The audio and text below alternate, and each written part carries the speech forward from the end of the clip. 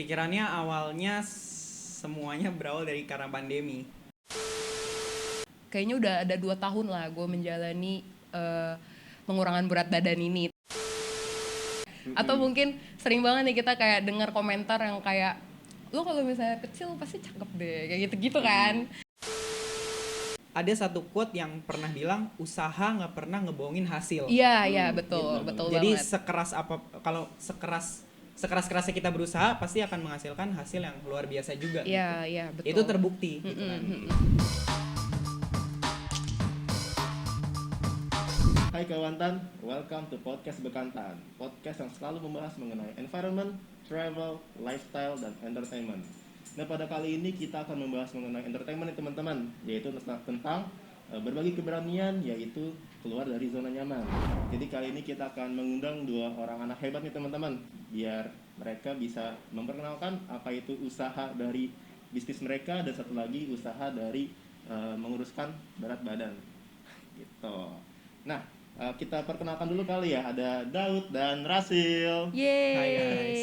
halo Hai semua. guys. Hai Farhan. Oke Daud, ke Daud dulu kali Oh, ya. iya, oke dari gua. Boleh. Kira-kira lo kesibukannya apa nih untuk saat ini? Kesibukan gua sekarang gua mahasiswa tingkat akhir. Mhm. Terus ya jadi nyiapin skripsi, terus juga sambil magang. Terus juga di sisi lain gue juga ada bisnis F&B sama teman-teman gue. Jadi ya itu sih kesibukan gue sekarang. Berarti sibuk banget nih ya? Sibuk banget sih enggak juga sih, tapi ada aja selalu kegiatannya gitu. Oke, siap-siap. Nah, kalau Kak Rasil nih, kira-kira lo lagi sibuk apa?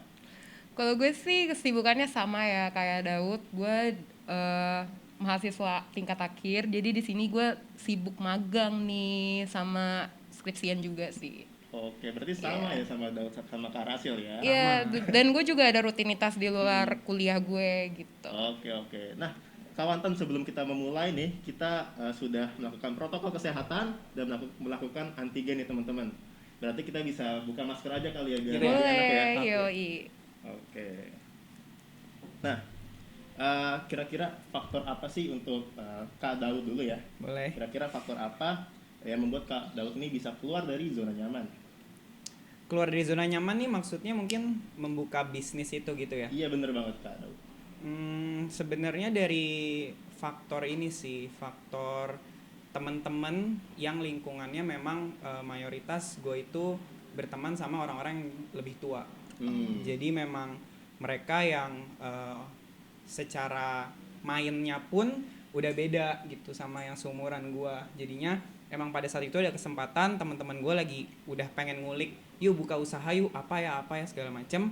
Akhirnya ya udah mereka mengajak gue untuk bergabung di usaha ini gitu yang sekarang lagi dijalanin gitu sih triggernya. Oke, berarti komunitas itu menjadi salah satu hal yang penting ya untuk kita bisa memulai keluar dari zona nyaman. Iya, menurut gue salah satu faktor yang cukup penting untuk memulai dari zona nyaman tuh lingkungan kita, support atau enggak gitu. Oke. Nah, kalau dari Kak Rasil nih gimana? Kira-kira faktor apa sih yang membuat lu keluar dari zona nyaman? Kalau menurut gue pengen banget ya kayak improve kehidupan gue gitu. Jadi kayak bosen aja gitu hidup di circle itu aja, kayak lu muter-muter aja. Jadi kayak gue pengen ada nih kayak sesuatu yang bisa gue ubah dari hidup gue, yang bisa gue improve jadinya gue bisa memikirkan hal-hal yang baru nih. Jadi ya begitulah guys gitu. Keren banget ya Kawantan. Oke, kita kembali lagi ke Daud kali ya, lebih enak biar kita bahas satu persatu dulu nih. Boleh. Kira-kira mulai dari kapan sih Daud ini buka usahanya gitu? Dan kenapa bisa buka usaha? Kepikirannya awalnya semuanya berawal dari karena pandemi. Gitu. Jadi pandemi nggak ngapa-ngapain selain kuliah, ya udah terus ya nongkrongnya sama teman-teman gitu segala macam. Terus sampai di satu titik itu di tahun sebenarnya baru mulai 2021 ini sih, di 2021 di bulan Mei. Jadi tapi persiapannya dari Maret. Jadi dari Maret itu udah yang kayak kebetulan gue punya rumah di satu daerah di Tebet, itu tuh nggak kepake. Jadi pada saat itu gue lagi share sama mereka, oh ada rumah nih nggak kepake. Terus akhirnya tercetuslah ide untuk gimana kalau rumah itu dipakai buat tempat jualan sih gitu. Daripada rumahnya dianggurin doang nggak menghasilkan apa-apa, mendingan ya udah sekalian kita sama-sama belajar bareng untuk gimana sih kenal sama dunia bisnis, terutama di bisnis F&B gitu. Makanya dimulai dari situ sih. Baru banget, berarti dari Mei sampai sekarang baru jalan 8 bulan ya. Baru sih. Oke, berarti bisa dicontoh nih teman-teman. Di pandemi kita bisa buka usaha kayak Daud ini gitu. Kira-kira boleh. lu ada nggak sih role model yang bisa lu bikin menguatkan lu untuk bisa bikin buka usaha gitu? Oke, harus tokoh terkenal enggak kan? Oh enggak. Oke, soalnya kayaknya kalau tokoh terkenal tuh nggak ada, karena base gue itu, gue bukan tipe orang yang dari kecil tuh dididik buat ayo buka usaha ini itu. Jadi ini kayak bener-bener usaha pertama gue. Nah tapi yang menjadi trigger gue, yang menjadi panutan gue biar gue bisa lebih improve lagi diri gue dari bisnis ini, itu tuh salah satu partner gue. Jadi salah satu partner gue yang sekarang gue sama-sama ngejalanin bisnis ini tuh, dia yang kayak gue bisa belajar banget soal leadership, terus cara mengambil keputusan. Terus dia nih orang yang hustle banget, jadi dia nggak bisa diem aja, kayak kerja sana kerja sini, buka usaha 1 buka usaha 2 gitu. Jadi yang kayak gue bisa terbuka pikirannya, kayak dia aja yang jauh lebih tua dari gue udah punya sejuta keberanian untuk ngebikin A, ngebikin B. Gimana gue yang masih muda, yang waktunya bahkan masih lebih banyak daripada dia gitu. Ya gue akan dari situ bakal belajar buat explore lebih gitu sih. Oke, berarti dari partner lu Iya, jadi partner role sendiri. model, terus lu resapi semua ilmunya dia ya Iya. gitu. Oke, siap. Kita kembali lagi ke Kak Rasil nih. Kira-kira mulai kapan sih udah mulai mengurangi berat badannya?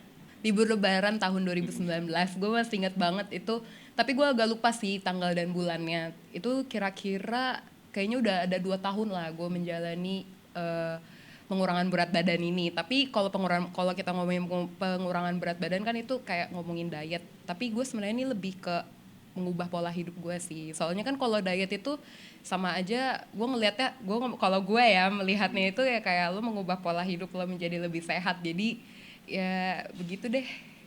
Jadi ada sekitar 2 tahun lah. Kira-kira apa sih ngebuat pikiran lo pengen hidup sehat nih, mulai dari yang lu dulu itu? Pertama banget ya, kalau misalnya kita ngomongin tentang badan yang besar, pasti itu kita sering banget ini kayak dapat pertanyaan, dapat komentar yang kayak lu gedein, lu kurangin dong badan lo gitu kayak. Atau mungkin sering banget nih kita kayak dengar komentar yang kayak lu kalau misalnya kecil pasti cakep deh, kayak gitu kan. Nah awalnya gue biasa aja sih, soalnya gue juga biasanya tuh dapat komentar yang kayak gitu dari teman gue, dari keluarga gue, dan gue anggap yang kayak ya udah jadi kayak makanan sehari-hari aja gitu. Tapi sampai akhirnya gue kayak ada orang yang gue suka yang ngomong kayak gitu ke gue, kan sakit ya Bo. Ya jadi ya kayak gitu deh. Jadi gue berusaha di situ untuk mengurangi berat badan gue dan memecahkan statement kalau orang gendut nggak bisa kurus. Oke, mantap banget itu. Nah, kira-kira gue satu lagi nih. Untuk penilaian sosial ini kira-kira menurut lu penting gak sih? Penilaian sosial yang kayak gimana Kayak nih? komentar teman-teman lu tentang lu gemuk lo dulu. Menurut gue gimana ya? Kalau gue pribadi, kalau gue yang udah pernah menjalaninnya, menurut gue penting sih. Karena di situ kita bisa lebih kayak yang tadi sama yang kayak gue bilang, kita di situ harusnya bisa lebih mengimprove diri kita gitu. Cuman kalau misalnya dulu, kalau misalnya gue memposisikan diri gue dulu, ya mungkin nggak penting sih. Ya gak sih? Cuman mungkin balik lagi kali ke orangnya gitu. Oke. Nanggapinya gimana ya Bun gitu. Nah, dari perubahan lu dulu itu lu punya nggak sih role model yang lu motivasikan untuk lu bisa berubah hingga sekarang ini? Kalau role model banyak sih, termasuk orang-orang yang dulu yang bilang kayak badan lu kerusan dong, kayak gitu-gitu tuh banyak ya. Menurut gua banyak. Terus di YouTube juga banyak nih kayak orang-orang yang kayak yang ngasih tahu gimana caranya lo maintain your weight gitu, banyak gitu. Cuman kayaknya yang lebih memotivasi diri gue itu diri gue sendiri, karena kan yang merasakan gue yang ngejalanin prosesnya kan juga gue. Jadi ya mungkin orang yang paling penting tuh ya diri gue sendiri gitu.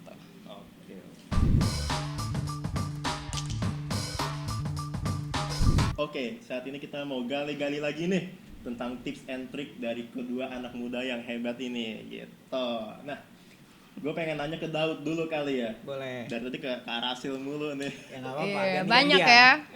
Kira-kira apa kendala saat memulai usaha? Oke. Kendala saat memulai usaha sebenarnya sampai sekarang pun itu tetap masih ada kendala. Makanya gue bilang ini tuh benar-benar pertama kalinya gue belajar soal hal-hal baru di dunia usaha gitu.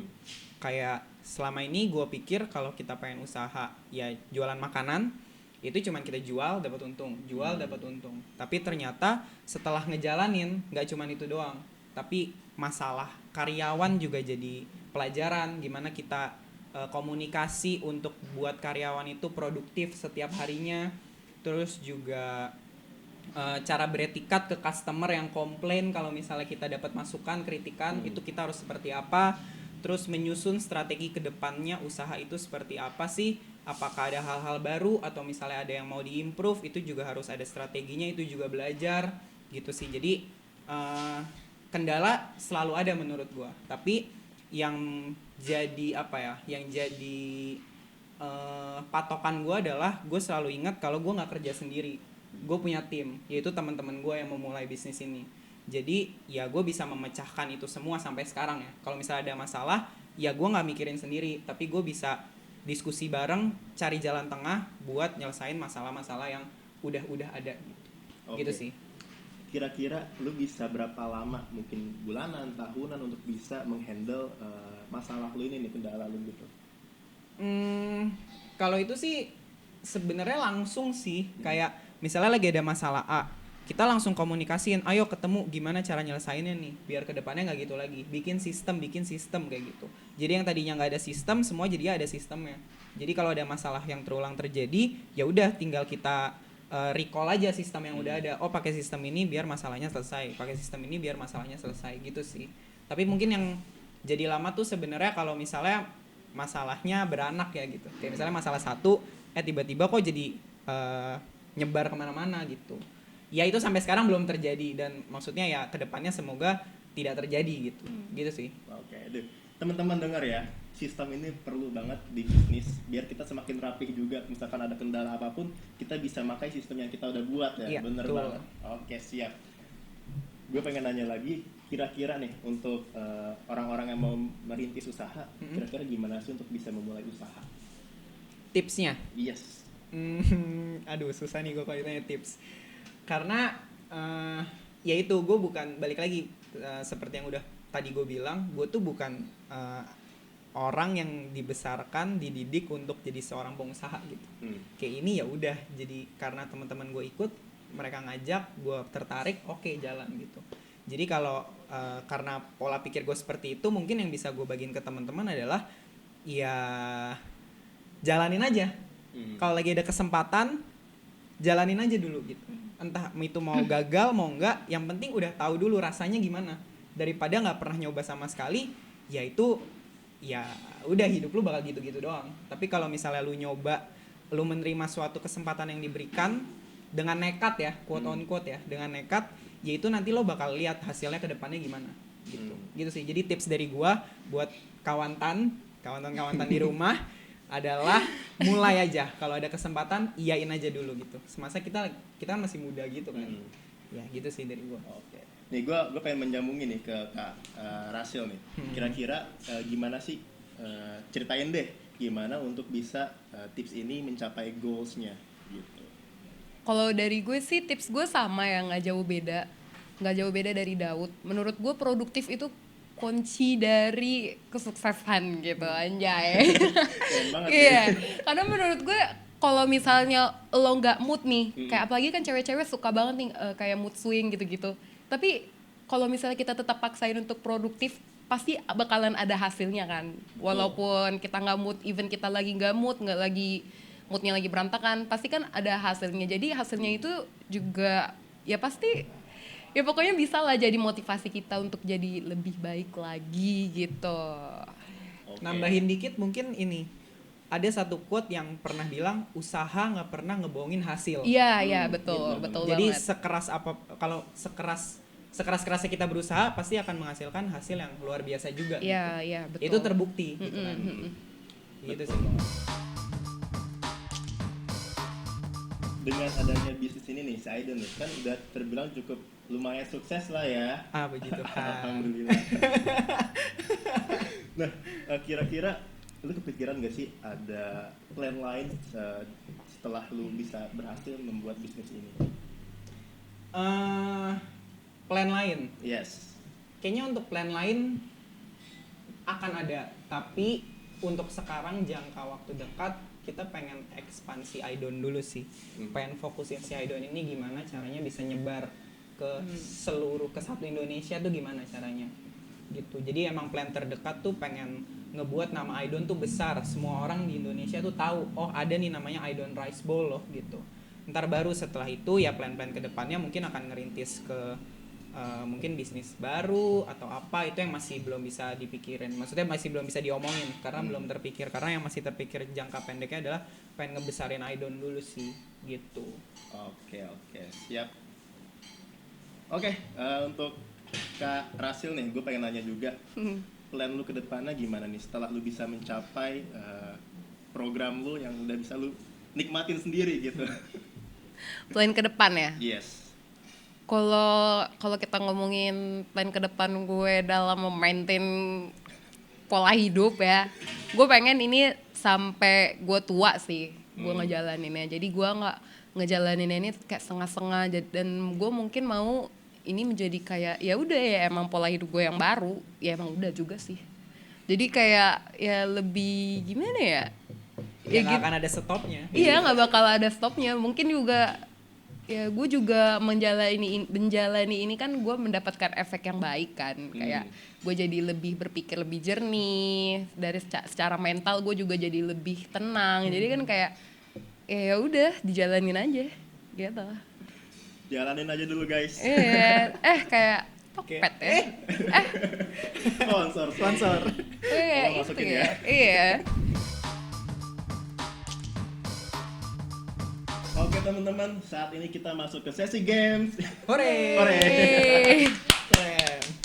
Oke, saat ini gue udah punya mangkuk dan isinya ada pertanyaan dan der buat kalian berdua ini. Nanti kalian pilih salah satu dari kertas ini. Oke. Nanti gue bacain deh. Oke, sip. Oke deh. Dari siapa dulu? Kita mulai dari Rachel dulu aja kali ya. Oke. Boleh. Boleh dong pilih salah satu.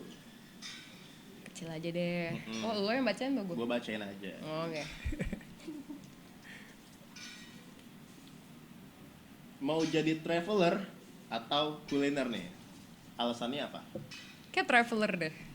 Soalnya traveler kayak lebih keren aja gitu, kemana-mana keliling. Tapi dua-duanya juga seru sih. Apa ya? Bingung. Kuliner lu bisa berbagai macam makanan lu cicipi, terus lu gagal diet. Enggak ya, kayak traveler deh. Traveler aja. Tapi bukannya gue takut gagal diet ya, cuman kayak lebih gue suka kemana-mana dengan budget yang sedikit. Oh, ya. gitu. Backpacker. Iya, backpacker gue suka. Ya udah. Backpacker cantik. Ih. Gitu. Solo travel nggak? Kenapa? Solo travel apa gimana? Kayak solo lebih aneh gitu gak sih? Kayak sendiri. Tapi seru juga sih solo. Pengen nggak pernah nanti dicoba ya. Nanti dicoba teman-teman. Gitu. Oke, kita next untuk Daud pilih salah satu. Boleh. Ini. Oke, gua bacain ya. Boleh. Apakah ini pertanyaan atau der? Oke, pertanyaan. Arti hidup buat lo. Tadi kayak cuma suruh milih. Ini arti hidup buat gua. Aduh, arti hidup buat gua. Napas. Itu salah satunya. Enggak, arti hidup buat gua. Iya, gue tahu gue hidup tuh pasti nggak cuma asal-asalan hidup terus habis itu selesai. Ya gue percaya gue lahir di dunia ini ya gue punya tujuan, gue punya purpose yang harus gue capai gitu. Sampai pada titik tertentu ya gue puas dengan apa yang udah gue capai. Tapi untuk saat ini ya gue masih mencari purpose gue itu apa gitu. Jadi bukan berarti gue nggak akan nemu, cuman maksudnya ya gue udah nemu tapi gue nggak puas dengan apa yang gue temukan sekarang gitu. Gue masih mau explore lagi purpose lain yang ditaruh di hidup gue sampai akhirnya gue bisa ngejalanin itu semua dengan baik gitu. Oke, berarti lu tetap mencari value yang ada dan kesempatan yang ada biar lu bisa menambah purpose lu kayak gimana ke depannya. Iya betul. Oh ya, oke. Oke deh. Nah, kita lanjut lagi nih untuk Resil. Pilih salah satu dong. Oke, gue pilih ya nih, bacain. Bacain. Oke, bacain. Apakah ini pertanyaan atau dare? Oke, ini pertanyaan teman-teman. Aduh. Motivasi apa yang dijadikan untuk berani keluar dari zona nyaman? Motivasinya ya sama sih kayak tadi ya, hujatan orang-orang tuh motivasi ya kan. Terus diri lo sendiri juga itu motivasi kan yang ngejalanin lo gitu. Itu sih motivasi gue gitu. Kalau motivasi lo apa? Motivasi lo apa? Motivasi lo apa? Ini jadi gue jawab. Gak apa-apa, jawab aja. Jawab enggak? Enggak, jawab aja. Jawab. Apa? Iya, Jawab jawab. aja. Motivasi gua. Motivasi gua ya itu sih sebenarnya ya, gue pengen lebih aja, gue pengen memperbesar kapasitas gue tahu orang-orang di seumuran gue mungkin ya belum, ada beberapa yang belum se-privilege gue, jadinya gue pengen menggunakan apa yang gue punya sekarang jadi batu loncatan gitu loh, buat gue jadi bisa lebih baik lagi gitu. Emangnya anak muda selalu nggak puas? Iya. Emang lu udah tua? Belum sih. Oke. Buat Daud terakhir deh. Gua. Pilih salah satu. Oke. Ini terakhir atau enggak? Terakhir. Yes. Oke. Kalau nggak terakhir? Kalau nggak terakhir ya nggak apa-apa juga Nggak sih. apa-apa, iya. Gua tak. Oh iya, maaf. Gua bacain. Oke. Dare nih. Oh, Dare, boleh. Kasih diskon sama satu pelanggan beruntung di Aiden. Mungkin ada cara untuk dapat gratisannya nggak? Oke. Buat dapat diskon ini. Oh, jadi ini di sini gue tujuannya emang dipalak ya? Iya. Oh, gitu. Kita emang mencari diskon aja gitu di Iya. sini. Oke. Bisa sih sebenarnya kalau mau. Ini buat teman-teman juga yang di rumah, buat kawan-kawan.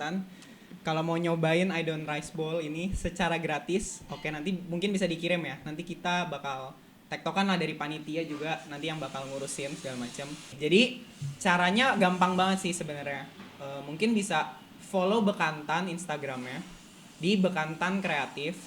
Terus juga yang kedua follow I Don't Rice Bowl di I Don't Rice Bowl di Instagram ya, dua-duanya di follow. Terus Follow IG gue. kalian selfie lagi nonton podcast Bekantan yang episode ini. Terus kalian tag I Don't Rice Bowl dan tag Bekantan Kreatif, lalu kirim buktinya ke DM-nya Bekantan Kreatif gitu. Gitu sih paling. Nanti satu orang yang beruntung bakal dikirimin I Don't Rice Bowl ini secara gratis. Gitu. Asik banget nih. Jangan lupa untuk follow Bekantan Kreatif dan I Don't Rice Bowl ya, Ya, di tuh. Instagram. Oke kawan, kita sudah di penghujung acara. Nah sebelum kita menutupi podcast kali ini, gue pengen meminta kesan dan pesan dari kalian berdua ini nih untuk anak muda yang berbagi keberanian untuk keluar dari zona nyaman. Oke. Gitu. Dari lo gimana? Dari gue, ya mungkin gue sempat mention tadi di awal juga ya, kayak kita masih muda, masih banyak kesempatan, masih banyak peluang yang terbuka untuk hidup kita. Jadi kalau misalnya peluang itu, kesempatan itu datang buat teman-teman semua, kawan-kawan semua, ambil aja dulu, lakuin yang terbaik, niscaya hasilnya pun juga akan luar biasa gitu. Oke, kalau dari Rasil? Kalau gue nggak jauh beda sih dari Daud. Cuman gue mungkin mau nambahin sedikit, selagi kita masih muda, boleh nih kita coba untuk melakukan hal-hal yang bisa buat mengimprove diri kita lagi gitu, lagi dan lagi, yang bisa kita gunain juga nih untuk kedepannya gitu. Menurut gue kalau untuk kita mengubah pola hidup sehat itu kan juga sama aja kita kayak invest. Jadi ya gitulah, gitu. Oke, Gitu. berarti kesimpulannya dari dua orang ini adalah kita harus tetap percaya diri, kita harus melihat peluangnya apa aja di dalam diri kita, di luar sana, sehingga dari input-input dari mereka ini bisa kita serapi dan kita implementasikan ke dalam hidup kita sendiri gitu. Oke kawantan, kita sudah di penghujung acara, maka jangan lupa untuk kawantan untuk subscribe YouTube kita, untuk di like, comment, and share. Dan jangan lupa untuk follow juga Instagram kita nih. Jangan lupa untuk komen juga di sana. Sampai jumpa di podcast selanjutnya. Bye-bye. Dah. Bye.